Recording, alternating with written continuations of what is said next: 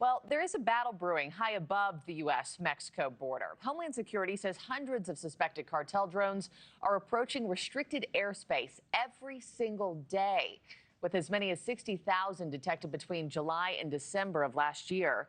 Now, some law enforcement agencies are turning to a classic tool to beat the cartel's high-flying tech. And I bet you don't know what I'm about to say here. Mills is tracking this aerial arms race for us. We're talking about border blimps. How does that work? And what do those look like? Right. Well, Markie, we've actually seen blimps be used before at the border, but now we're seeing this all happen again. They're called aerostats, surveillance blimps with radar and high-altitude cameras. Customs and Border Patrol confirms that they're deployed in Zapata, Eagle Pass, and Rio Grande City. They're part of the newly expanded Tethered Aerostat Radar System, or TARS, which has been in place for years, but the feds are now working hand in hand with Mexican officials using these blimps to help stamp out transnational criminal organizations' use of drones. We're doing things with the Mexican government, the Mexican armed forces and law enforcement, trusted, vetted partners. We're sending people down there to train them on drone exploitation and the principles, again, not the specifics, but the principles of effective counter-UAS. And we are delivering best practices to them to keep them safer to fight the war.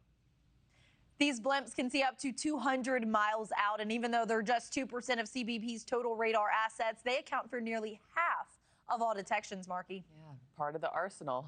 Wow, and the timing, too, is no coincidence, right? I mean, cartels aren't just sending people across the border anymore. They're flying in with drones. We've been talking about that changing the game of warfare. What are the numbers on that exactly? Right, Markie, they are getting more tech savvy. According to recent Department of Homeland Security testimony and reports, cartel-operated drones have made roughly 60,000 incursions in just 6 months. That's an average of more than 300 every day. They're used to spot gaps in patrol, watch agents, and coordinate crossings. Some even smuggle drugs or guns. And the data isn't just anecdotal. There have been reportedly over 10,000 drone incursions and 25,000 detections in just one border sector alone.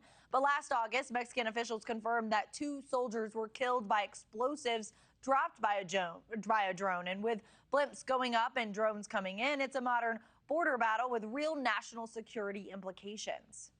They alarm me from being the person responsible for Homeland Defense. I haven't seen any of them manifest in a threat to the level of national defense, but I see the potential only growing. And it's only a matter of time before Americans or law enforcement are targeted in the border region. Mexican officials have already reported cartels using drones to attack soldiers, underscoring lawmakers' concerns in that judiciary hearing this week. They fear that if these bad actors aren't stopped, they may use drones to target crowds or high-profile events like the 2028 Olympics in Los Angeles. So we are talking about a very modern border battle here, Markie.